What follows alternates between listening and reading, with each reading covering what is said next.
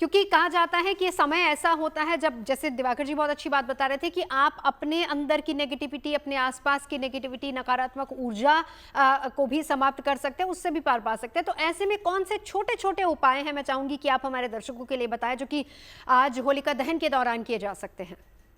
जी, बहुत ही सुंदर प्रश्न। और सबसे पहले तो जीएनटी के सभी दर्शकों को होली की अनंत शुभकामनाएं। होली त्योहार ही ऐसे हैं जहाँ पे किसी भी प्रकार का बैर हो, द्वेष हो, आपसी लड़ाई झगड़ा हो, वो भी समाप्त होता है। आपसी प्रेम बनता है। उसी में नजीर अकबराबादी का एक शेर है कि जब फागुन रंग छनकते हैं तो देख बहारें होली की, हम्म। जब परियों के रंग दमकते हैं देख बहारें होली की।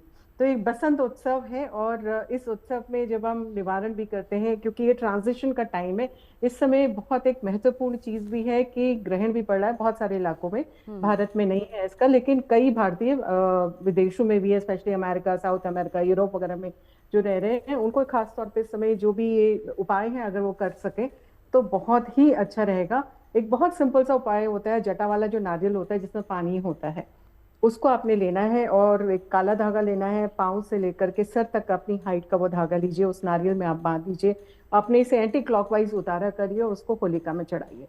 और उसी के साथ साथ एक होता है उपटन के साथ जब आप करते हैं, क्योंकि रोग हो, आपकी कोई परेशानियां हो, तो आपने आटे का उपटन में काले तिल का जो तेल होता है उसको मिक्स करना है, या सरसों का तेल मिक्स करना है, और उसको मिक्स करके आप अपने बॉडी में लगाएं, चाहे हाथ में पाँव में लगाएं, पूरे शरीर में नहीं लगा सकते हैं। उसको रगड़ रगड़ के जैसे मैल निकलता है वैसे निकाल के इकट्ठा करें, और उसको भी होलिका में जब हम अर्पित करते हैं तो आपकी जो शरीर में जितनी भी द्वेष होते हैं, आपकी जो भी ऑरिक लेवल्स हैं, पंच कोश है, उन सारे कोशों में जो भी दिक्कतें होती है, जो भी परेशानियां होती है, उससे आपको मुक्ति मिलती है। आपको सेहत में बहुत सारी यहाँ पे हेल्थ इश्यूज जो भी होते हैं उसमें आपको बेटरमेंट रहता है। जी। और एक बहुत सिंपल सा उपाय होता है, पान का पत्ता आपने लेना है, पान हम्म। के पत्ते में आपने थोड़ा सा कपूर रखिए, दो बताशा रखिए, दो लौंग रखिए, हम्म। हरी इलायची रखिए। ये एक कॉम्बिनेशन है बहुत सारे ग्रहों का, और इसको सबको मिला के, पीली सरसों उसमें थोड़ा सा डालिए, लपेटिए मौली के साथ, और उसको जब आप होलिका में डालें, मनी मन प्रार्थना करें, ओम नरसिंह देवाय नमः एंड ओम महालक्ष्मी जी। नमः। इन दोनों की ही प्रार्थना करके आप इसको डालिए। अब देखिए, सुख समृद्धि आपके घर पे आएगी पूरे वर्ष भर में।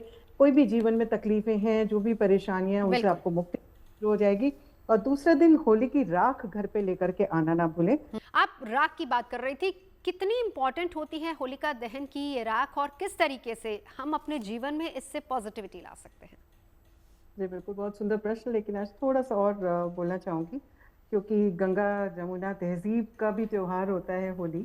तो एक छोटा सा शेर है, मुंह पर नकाब जर्द, मुंह पर नकाब जर्द, हर एक जुल्फ पर गुलाल, होली की शाम ही तो सहर है बसंत की। यानी कि क्या बात बसंत है! की सहर है। क्या और बात हाँ है! जी, तो ये जो अगर हम जब इस तहजीब के साथ आगे बढ़े हैं होलिका में, तो फिर आप देखेंगे कि होली का त्योहार और ज्यादा सुंदर हो जाएगा। और राग की बात करने से पहले जो प्रतीकात्मक उसका जो एक रेफरेंस होता है, सिग्निफिकेंस होता है होलिका का, वो क्या है? जो लकड़ी होती है होलिका की, वो हमारे कर्मों को रिप्रेजेंट करती है। और उसकी जो अग्नि होती है, that is like divine consciousness. हम अपने जो कार्मिक डेप्थ्स है, हमने उसको इकट्ठा करा और हमने उसको अग्नि में समर्पित किया, ताकि वो एक ट्रांसम्यूट हो जाए पॉजिटिव एनर्जी के लिए। ये एक इसका अच्छाई की जीत जो होती है बुराई पे, उसका एक प्रतीकात्मक उदाहरण है। और जो इसके रिचुअल्स होते हैं, उस रिचुअल्स में भी I just take a little time to explain, क्योंकि हम जब होलिका दहन करते हैं या होलिका करते हैं, उसका हमें समझना चाहिए तात्पर्य। एक तो एक नॉर्मल जो हमारा रिलीजियस तात्पर्य होता है, एक होता है स्पिरिचुअल तात्पर्य, उसका क्या है, हम क्यों ये रिचुअल्स करते हैं। तो सबसे पहले हम मौली बांधते हैं उसके चारों तरफ परिक्रमा करके। तो ये होता है कि हमने अपने कार्मिक डेप्स बांधे और उसके चारों तरफ हमने मौली बांधी, यानी कि we are trying to protect ourself. किसी भी तरह की नकारात्मक ऊर्जा से हम अपने को प्रोटेक्ट कर रहे हैं। उसके बाद हम उसमें नारियल चढ़ाते हैं। नारियल चढ़ाने का मतलब होता है अपने आपने अपनी अहम को सरेंडर कर दिया, अपने अहम को वहां पे समर्पित कर दिया। उसके बाद जो हम गोबर के उपले या गोबर के कंडे चढ़ाते हैं, गोबर क्या होता है? ग्राउंडिंग का प्रतीकात्मक रेफरेंस होता है, यानी कि एक बिल्कुल जमीन से जुड़ी हुई चीज, स्टेबिलिटी। तो हमने वो चीज अर्पित करी। माता लक्ष्मी का वास भी गोबर में माना जाता है कि उनकी पूरी पूर्ण यहाँ पे शक्ति होती है, तो उसको हम समर्पित करते हैं। तो यानी कि हम अपने मटेरियलिस्टिक जो हमारी इच्छाएं हैं उनको भी हम समर्पित कर रहे हैं, ताकि हम एक अहम ब्रह्मास्मि के उसमें आगे बढ़ना शुरू करें। फिर हम उसमें घी डालते हैं होलिका में, तो वो पूर्ण समर्पण का भाव है, ताकि ये सारी चीजों में अग्नि प्रज्वलित हो तो अच्छे से प्रज्वलित हो। अनाज हम डालते हैं, अनाज जो है अनाज का ये हो गया कि बेसिकली प्रतीक उसका रहता है कि अपनी इंद्रियों को कंट्रोल करके हमने उसको सरेंडर कर दिया वहां पे। फिर हम कपूर डालते हैं। अब कपूर की क्या विशेषता होती है कि कपूर जब हम डालते हैं तो कपूर जब जलता है उसके बाद कोई अवशेष नहीं बचता, यानी कि हमने अपनी सारी नकारात्मकताओं को वहां पे डाल करके उसको हमने सरेंडर किया, और अग्नि के द्वारा, डिवाइन कॉन्शियसनेस के द्वारा हम ब्रह्म में आगे विलीन होने के लिए या उसके साथ एक मर्ज होने के लिए आगे बढ़ने शुरू हुए। और अंत में हम जल में कलश डाल के उसमें हल्दी डाल करके अक्षत डाल करके हम चारों तरफ फेरे लेते हैं, परिक्रमा करते हैं।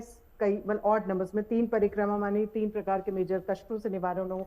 अगर हम 7 परिक्रमा जी करें तो हमारे 7 चक्रों में जो कष्ट है उससे हमको निवारण। जो बिल्कुल राख होती है, बिकॉज वो प्यूरिटी का सिंबल होता है, और जब वो जलती है वो सब भस्म हो गया। अग्नि में सारी कुछ आपके नेगेटिविटी को, जो भी आपने नेगेटिव वहां पे डाला, जो भी उतारा डाला, वो भस्म हो चुका है, वो खत्म हो चुका है। ईश्वर की ऊर्जा ने उसको समाप्त कर दिया। तो उस राख में बहुत पावर होती है। उस राख को जब आप घर लेकर के आते हैं, उसका आप टीका लगाते हैं, तो कहते जी हैं कि विजयी भव, मतलब आपको किसी भी प्रकार की नकारात्मक चीजें हो वो खत्म हो जाती। उस राख को लेप लगा करके आप नहाए तो आपके रोगों से आपको नष्ट हो बिल्कुल जाता है। उस राख को थोड़ा सा लाल पोटली में रख करके एक सिक्के के साथ आप तिजोरी में रखें तो आपके पूरे साल भर में सुख समृद्धि के योग बनने शुरू हो जाते हैं, प्रोस्पेरिटी आनी शुरू हो जाती है। उसको अपने घर के मंदिर में रखें तो ग्रह बिल्कुल कलेश खत्म हो जाता है। व्यापार है, ऑफिस है, उसमें चारों तरफ छिड़क दे, अपने घर के चारों तरफ छिड़क दे, तो कोई भी प्रकार की नकारात्मक खत्म हो जाती है। व्यापार में वृद्धि होनी शुरू हो जाती है, जी धनोपार्जन होना शुरू हो जाता है। तो बहुत बहुत पावरफुल होता बिल्कुल। है। नंदिता जी, अब मैं चाहूंगी कि आप जरा विद्यार्थियों के लिए भी कुछ उपाय बताएं, क्योंकि बहुत सारे विद्यार्थी इस दौरान क्या ऐसा कर सकते हैं कि उनको लाभ हो होलिका दहन के दौरान। जी, विद्यार्थियों से पहले जैसे हमने इतनी होलिका दहन की बात करी, सामग्रियों की बात करी, राशि वाइज भी बात करी कि क्या सामग्री करें, लेकिन एक बहुत इंपॉर्टेंट चीज होती है कि जब आप होलिका में कोई भी चीज अर्पित करते हैं उससे पहले अगर कोई मंत्र उच्चारण अगर आप करते हैं तो जो होलिका को समर्पित करने के लिए जो मंत्र होता है वो मंत्र है, अह कूटाम भयत्र स्वेह कृताम त्वाम होली बालिशे अतस्त्वाम पूज्यामि भूति भूति प्रदाय दिनिम ओम जय नरसिंह हरे प्रभु श्री नरसिंह हरे। या अगर केवल सिंपल ओम जय श्री नरसिंह हरे का नाम लेकर के आप अर्पित करें, बहुत अच्छा रहता है।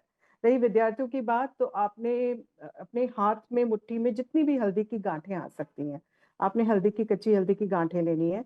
आपने ऊपर से 7 टाइम्स उसका उतारा करना है, और वहां पे जाकर के आपने पहले एक कलश लेना है, कलश में जल लेना है, उसमें थोड़ा सा हल्दी और अक्षत डालें, उसी हल्दी का आपने टीका लगाना है, और 7 टाइम्स आपने परिक्रमा करनी है जल को छिड़कते हुए, और बोलना है क्या मंत्र, ओम नमो भगवते वासुदेवाय।